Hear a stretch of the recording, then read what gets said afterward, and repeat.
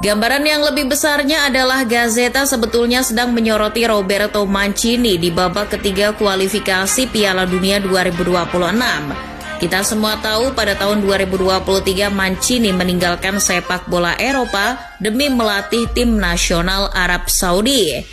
Nah, Gazzetta menganggap Mancini akan kesulitan membawa Arab Saudi lolos otomatis ke Piala Dunia 2026. Sudah dihantam oleh Jepang dan Australia, yang paling berbahaya di urutan dua besar. Cina, Bahrain, dan Indonesia hanya melengkapi grup C. Lanjut, Gazzetta memprediksi kekuatan tim yang dihadapi Saudi. Nah, narasi yang berbunyi Indonesia hanya melengkapi grup C dianggap telah merendahkan Indonesia. Anyway, Gazzetta mungkin belum nonton channel Starting Eleven ya. Padahal di situ mereka bisa melihat bagaimana dahsyatnya perkembangan sepak bola Indonesia dalam 2 tahun terakhir. Karena kenyataannya dari semua lawan skuad Garuda di grup C, tak ada satupun yang meremehkan Indonesia, bahkan Roberto Mancini sekalipun. Mantan pelatih Inter Milan itu mengaku terus memantau perkembangan sepak bola Indonesia. Indonesia bukan tim yang bisa dianggap sepele begitu saja. Salah satu poin yang jadi perhatian khusus adalah materi pemain yang terus berubah. Saking penasarannya, Mancini bahkan sengaja hadir saat Indonesia berlaga di Piala Asia U23 yang dilaksanakan di Qatar. Saat itu, Mancini menonton langsung laga Indonesia U23 melawan Irak U23. Nah, saat menonton itu Mancini bertemu staf Kemenpora Hamdan Hamedan. Sebagaimana diklaim oleh Hamdan, Mancini mencatat adanya 4 pemain Indonesia yang perlu diwaspadai. Nama-nama yang disebut oleh Mancini adalah Marcelino Ferdinand, Nathan Choaon, Justin Hubner, dan Ivar Yener. Pemain-pemain yang kemungkinan besar akan kembali diturunkan saat menghadapi Arab Saudi awal September nanti. Menurut Mancini, pemain-pemain tersebut memiliki teknik kontrol bola dan stamina yang bagus. Selain soal materi pemain, Mancini juga melihat siapa sosok di balik itu semua. Tidak lain adalah Erick Thohir.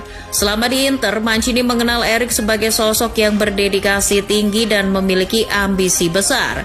Maka dari itu, ketika Erick Thohir menjadi ketua umum PSSI, Mancini percaya sepak bola Indonesia berada di tangan yang tepat.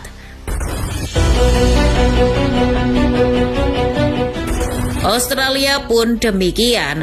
Meski mereka dianggap sebagai tim unggulan di grup C, Sokro sama sekali tidak mau merendahkan siapapun lawannya termasuk Indonesia. Hal itu diungkapkan langsung oleh sang pelatih Graham Arnold. Ketika ditanya apa komentar soal drawing ronde ketiga kualifikasi Piala Dunia 2026, Arnold enggan berbicara banyak. Yang pasti dirinya tetap mewaspadai lawan-lawan di grup C.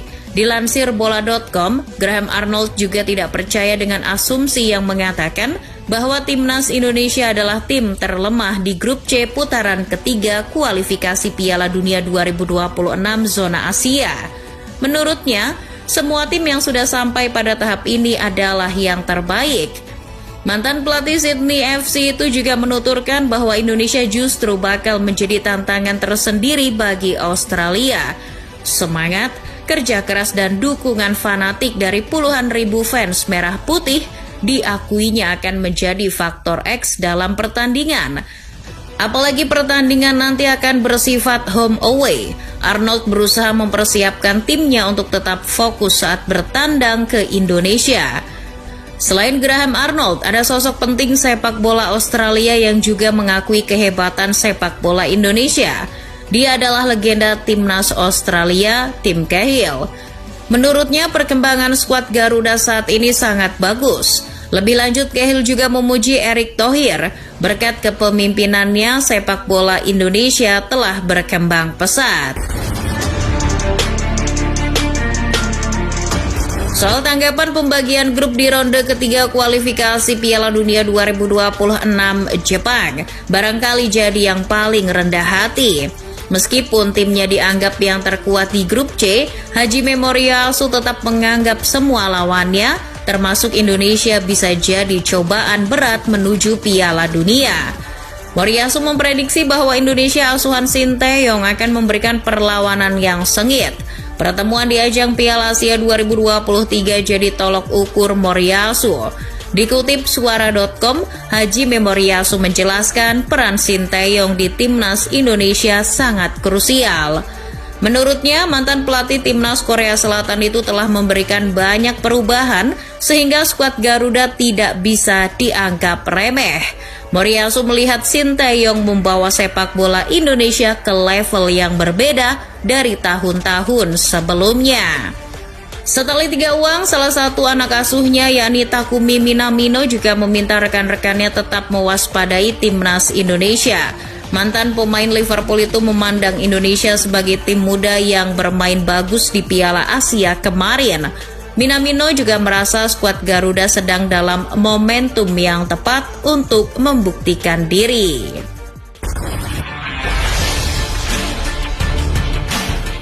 Berbeda dengan beberapa tim kuat yang mewaspadai Indonesia, Bahrain justru optimis bisa lolos dari jeratan grup neraka. Administrator Timnas Bahrain, Ahmed Salah Malala Abdullah, bahkan percaya diri timnya bisa langsung ke Piala Dunia 2026.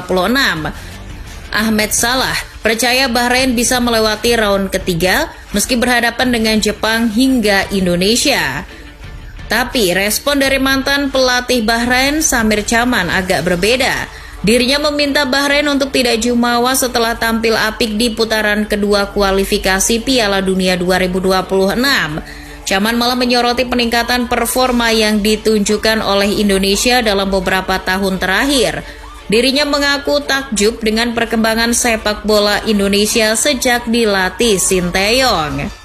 Chaman menganggap kekuatan baru Timnas Indonesia di kualifikasi Piala Dunia 2026 ini bisa menyulitkan langkah Bahrain yang berambisi lolos ke putaran final. Meski unggul head-to-head, pelatih Bahrain era 2018 itu meminta mantan timnya agar tidak sekalipun meremehkan skuad Garuda. Respon Cina soal kekuatan Timnas Indonesia malah lebih lucu lagi. Menurut media lokal Cina, 163.com, Timnas Cina iri dengan Indonesia yang dianggap lebih berbahaya dan bisa merepotkan tim-tim raksasa di babak kualifikasi nanti. Cina merasa modal Indonesia cuma pemain keturunan. Jika bukan karena itu, Indonesia tak akan mendapat panggung sebesar ini di sepak bola Asia. Bagi Cina, ini sebuah penghinaan karena lebih banyak pihak yang menjagokan tim Garuda ketimbang tim Naga. Padahal, peringkat FIFA Cina masih lebih baik ketimbang Indonesia. Tapi apa boleh buat, benar apa yang dikatakan Takumi Minamino, Indonesia sedang berada di momen bagus, tangan Sinteyong lagi wangi-wanginya ini. Toh nggak ada salahnya menyebut Cina tidak lebih baik dari Indonesia. Cina melaju ke babak ketiga melalui jalur runner-up grup C di ronde kedua. Wu Lei dan kolega finish di bawah Korea Selatan dengan torehan 8 poin dengan hanya mengantongi 2 kemenangan. Itu juga yang terburuk ketimbang kontestan lain di grup C ronde ketiga. Maka dari itu, agaknya berlebihan jika media-media asing menganggap Indonesia cuma pelengkap di grup C kualifikasi Piala Dunia ronde ketiga nanti. Wong Indonesia masih punya peluang masuk 4 besar.